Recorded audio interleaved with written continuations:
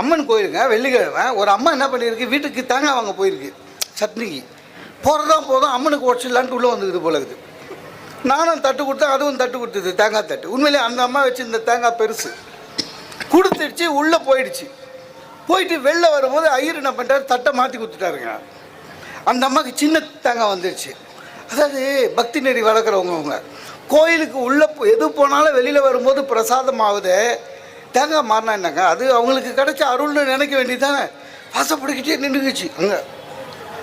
ஐயரே என்ன தேங்காய் மாறிடுச்சின்னு அவர் பயந்துட்டார். இல்லைம்மா கூட்டம் ஜாஸ்தியாக இருந்தால் 30 ரூபா தேங்காய் உனக்கு அடையாளம் தெரியாதா? அவரு இல்லைம்மா பரவாயில்லம்மா, இந்த வாட்டி அட்ஜஸ்ட் பண்ணிக்க, அடுத்த வாட்டி பெருசு பார்த்து தரேன்றாரு அவரு. அப்போ நீ வாரம் இதே வேலை தான் பண்ணினுக்கிறியா? கம்ப்ளைண்ட் பண்ணிவிடுவேன்.